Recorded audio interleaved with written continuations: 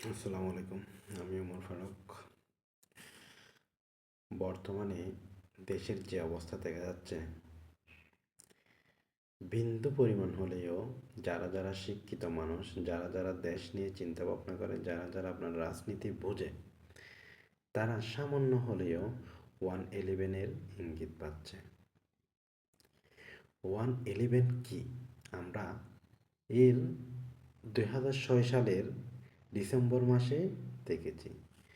111 সম্পর্কে আমরা 2007 সালের 11 জানুয়ারির ঘটে যাওয়া পরিস্থিতি সম্পর্কে সবাই জানি।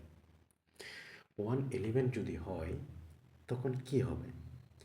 রাজনৈতিক অস্থিরতা বেড়ে যাবে, তারপর সামরিক হস্তক্ষেপ, দেশের সব কিছু সেনাবাহিনীর হাতে চলে যাবে, গণতান্ত্রিক অধিকার সংকুচিত হবে।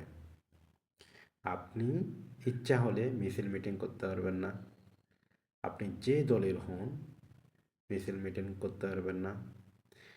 দলীয়, বিদলীয়, সর্বদলীয় সবাইকে গণহারে গ্রেপ্তার করা শুরু হবে। আমরা সামাজিকভাবে ক্ষতিগ্রস্ত হব, অর্থনৈতিকভাবে ক্ষতিগ্রস্ত হবে। আমাদের অফিস আদালত সব কিছু বন্ধ থাকবে।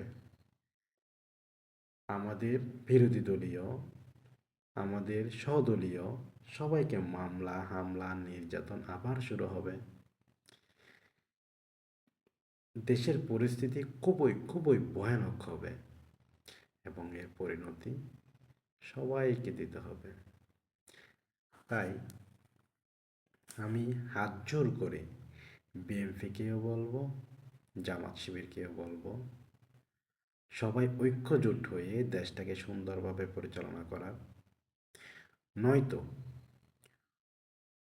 আমাদের অবস্থা খুব ভয়াবহ হবে, আমাদের অবস্থা খুবই করুণ হবে। 111-এর মতো যদি হয়, দেশ যদি সামরিক নিয়মতান্ত্রিকে যদি চলে, তখন আমি আমার আঁকাবো, আপনি আমার আঁকাবেন। বুঝেন এখন কি করবেন? সবাই মিলে ঐক্যবদ্ধ হয়ে কাজ করাই আমার মনে হয় যতটুকু এটা সবার জন্য মঙ্গল। এই সময় হানাহানি মারামারি, আপনার বিএনপির দোষ জামাতকে, জামাতের দোষ বিএনপিকে,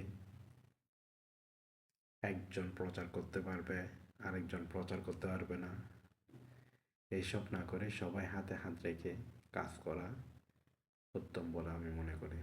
না হলে আমাদের অবস্থা খুবই শোচনীয় হবে, দেশের অবস্থা খুবই শোচনীয় অবস্থা হবে।